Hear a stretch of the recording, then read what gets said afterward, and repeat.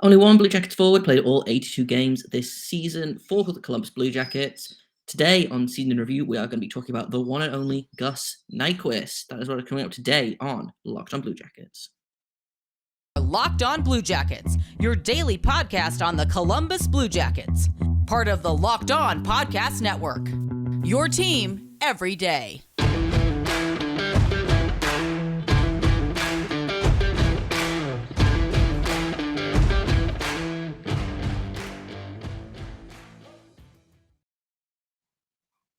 Hello and welcome to Locked on Blue Jackets, part of the Locked on Podcast Network, your team every day. I am, as always, your host, Jay Foster, and thank you for making this your first listen of the day, every day, hopefully. If not, that's okay. I still appreciate you stopping on by whenever you choose to listen. Locked on Blue Jackets is free and available on all podcast platforms and also over on YouTube. If you're not subscribed on YouTube, then please head over there and hit that button to help me out, help you out. Makes it easier for everyone. Today on Locked on Blue Jackets, we're going to be continuing our season in review, and today we're going to be talking about Gus Nyquist, who we've talked about a little bit since the season finished. He's had a really good season, I think, considering he missed all of last season. So I think, yeah, let's start there. Gus Nyquist had shoulder surgery, not the last off season. Yeah, last off season. No, season before last. The season just after the bubble. The off-season after the bubble. He had shoulder surgery and basically missed the entirety of last season, which sucked. I think the team missed him, and I don't think we realised how much the team missed him until he was back, honestly. And having him back was surprisingly big. I was shocked when I was like, oh yeah, Gus Nyquist, he's been like, when I paid attention and thought about it, I was like, yeah, he's been really, really good for this team this season. His contract is a little bit higher than I would like it to be. I think he's at 5 point something. But to kind of go over how he's been this season, played all 82 games, which first of all, he was one of only 2 Blue Jackets to do that, which is impressive all on its own, that he managed to escape the injury bug or the COVID bug or anything like that. And especially when you consider he missed all of last season, for him to come back and do a full season this season, I think speaks volumes in terms of, well, I think his shoulder is clearly 100% again, and also speaks volumes to the kind of commitment he has to come back to the ice, frankly. So all 82 games, he played. He scored 18 goals, had 35 assists for 53 points, which is good for I think fourth or fifth on the team, which again surprised me because I was thinking, yeah, okay, Laine's up there, Bjorkstrand's up there, Werenski is up there, and beyond that, I was like, man, who else scores on this team? And turns out it's Gus Nyquist, who, and again, he's one of those guys that I feel like is underrated. Like, you blink and you're like, oh yeah, he had a 4-point night, or he has points in his last 7 straight or something, but he's never flashy with it. I feel like a bunch of his goals were empty netters. He also had 4 shorthanded goals, which, if I'm not mistaken, I think that might have led the league or tied for the league lead in shorthanded goals, which, considering we lost our shorthanded goal scorer in Cam Atkinson, someone had to stand up and be that person, and apparently it was Gus Nyquist, who was excellent on the penalty kill, obviously. Didn't get a ton of power play time, really. I think he played on the second unit, but let's see. Shorthanded goals in the regular season. I think he might be second, actually. Let's find out. Yeah, he is tied for second with 4 guys. The two guys that had more shorthanded goals than him were Alex Formanton, of the Ottawa Senators and Trevor Moore of the Los Angeles Kings. They both had 5. So really, Gus Nyquist was second in the entire league in shorthanded goals, which is honestly really, really impressive, especially considering just how dire the penalty kill was for a large portion of the season. I think he was one of our better penalty killers. The best offense is a good defense. Um, but he just, I don't know, he's just one of those guys, I think, that makes his teammate better. I don't have any kind of stats to back that up, really. That's just kind of how that's just kind of how I feel about him. I think he's a really good teammate, and like I said, I think low key he was one of the best kind of quote unquote supporting players. We talked about like main characters versus supporting characters. When we're talking about guys like Ken Johnson. Gus Nyquist is, I think, one of the perfect examples of a supporting character player. He's not flashy. He's not going to be leading the team. He can kind of he can play on that top line if he wants, but I think his greatest success is being one of those middle 6 forwards. Ideally, with his contract, you'd want him in the top 6, but I'm happy with him being in the middle 6. Stick him on a line with 2 kids and just let him be a mentor.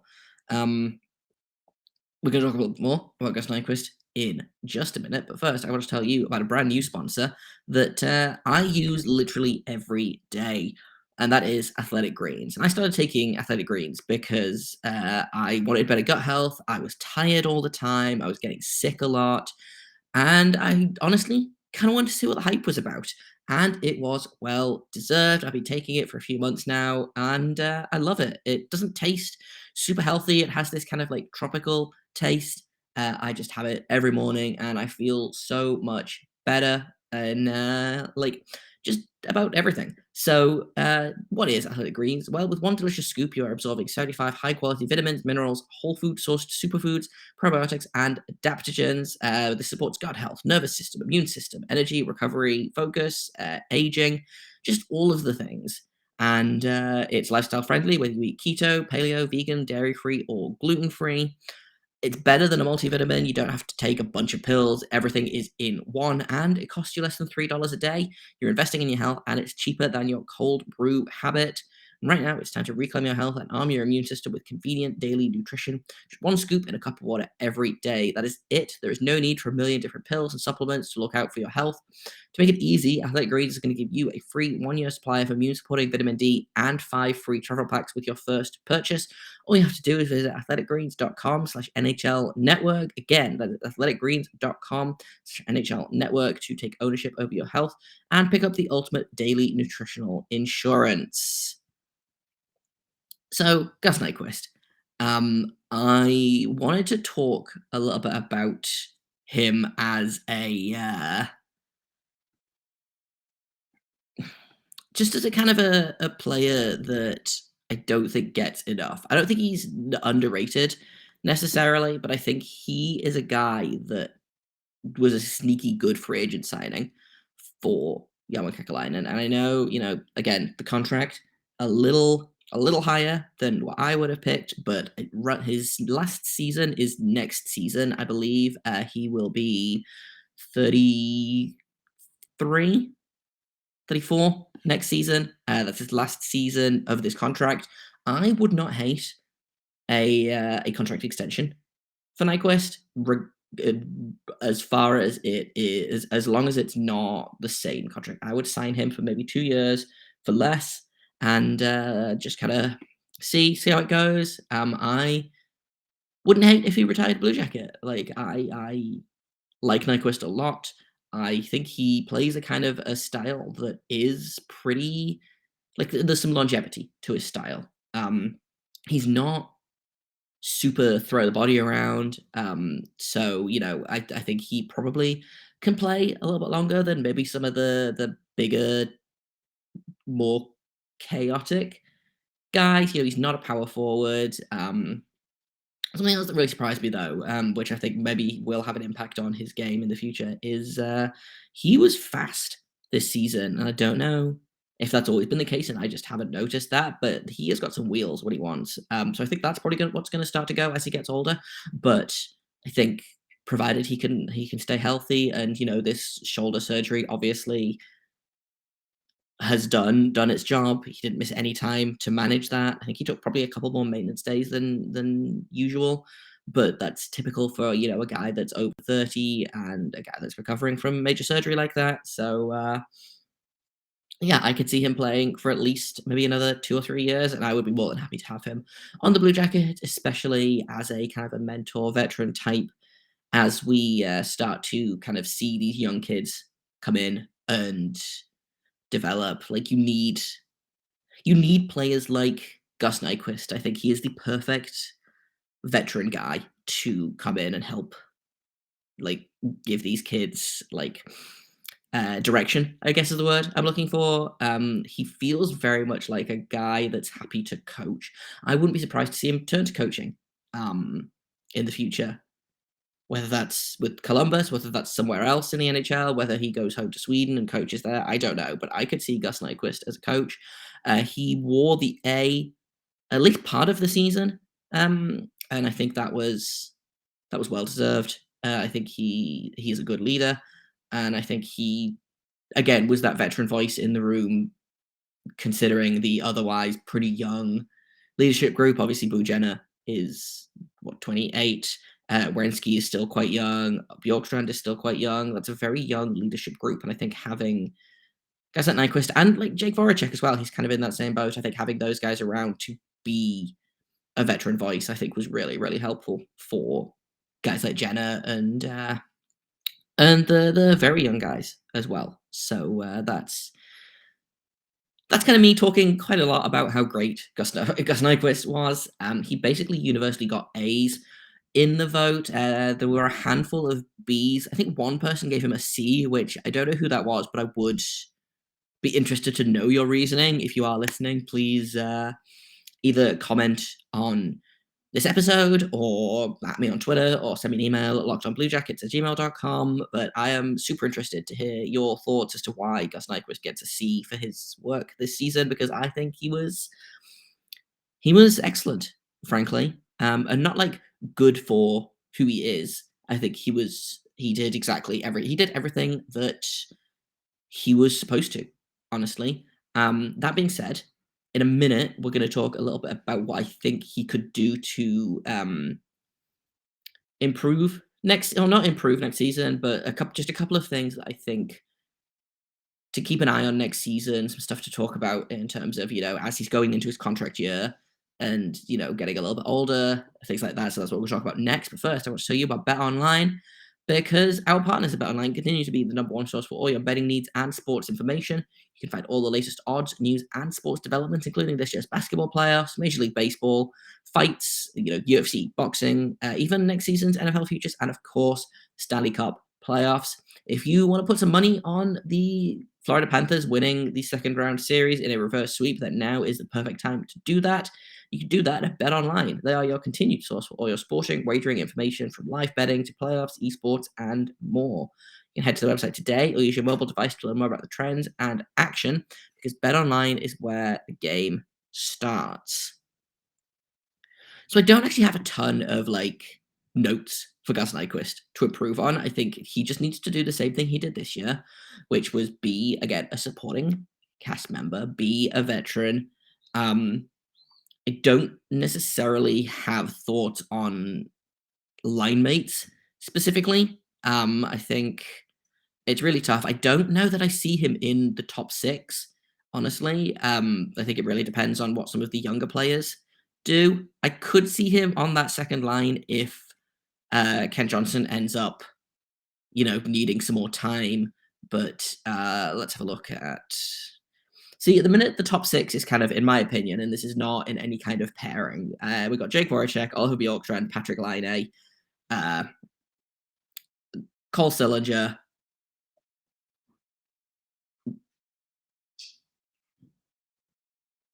Kent Johnson, and whoever centers them, like whether it be Boone Jenner or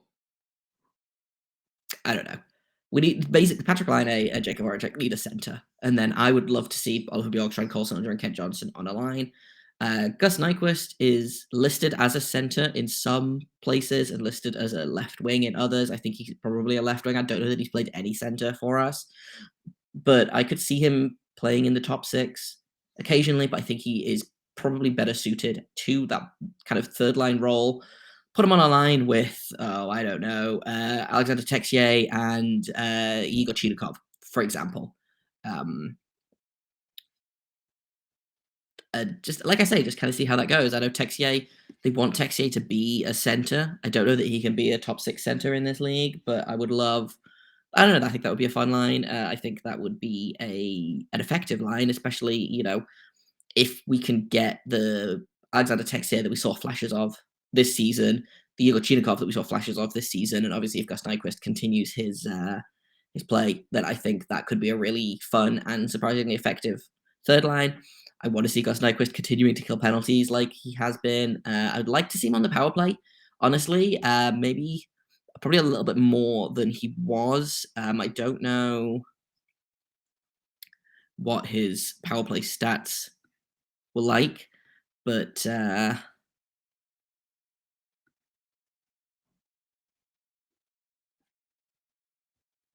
don't know. I don't know how to make I don't know how to make NHL.com show me that. So it's fine. Let's I don't know. Let's just keep Gus Nyquist doing what he does best. I don't know that he's one of those players that you need to massively change things with. I don't think he's a player that you need to have sit down and be like, right, this is what we need from you, because he's old enough and he's been in this league long enough to know what he needs to do. Um, and yeah, like I said, I don't have any complaints. I think his shooting percentage will probably dip a little bit next season. He was shooting a little high. He was at 14.8. His career average is 11.5, which is also about league average ish. So I would expect his shooting percentage to dip a little bit next season, but I could see him being another 50. I could see him being at least a 40-point player, if not a 50-point player next season. Like ice time and things dependent, but my general feeling about this is just keep on keeping on, Gus Nyquist. You're doing a great job, and I'm excited to see him next season. So that's kind of all I've got for you today. Um, Tomorrow we will be doing a season in review for uh, Gregory Hoffman, who did not play a ton for the Blue Jackets this season. He played 24 games for the Blue Jackets. Kind of a disappointing NHL experience. So we'll talk a little bit about that, see how he did, check in with him back in Switzerland. That's coming up tomorrow. I've been Jay Foster. You can find me on Twitter at _Jacob Foster, JAKOBFORSTER. You can find the podcast at LO_Blue Jackets. If you have comments, questions, criticisms, you can email me at lockedonbluejackets@gmail.com. And thanks again for making this your first listen of the day. Locked On Blue Jackets continues to be free and available. There is no paywall on any Locked On product. So keep making us your first listen of the day. I appreciate you. And until tomorrow, make sure you stay locked on.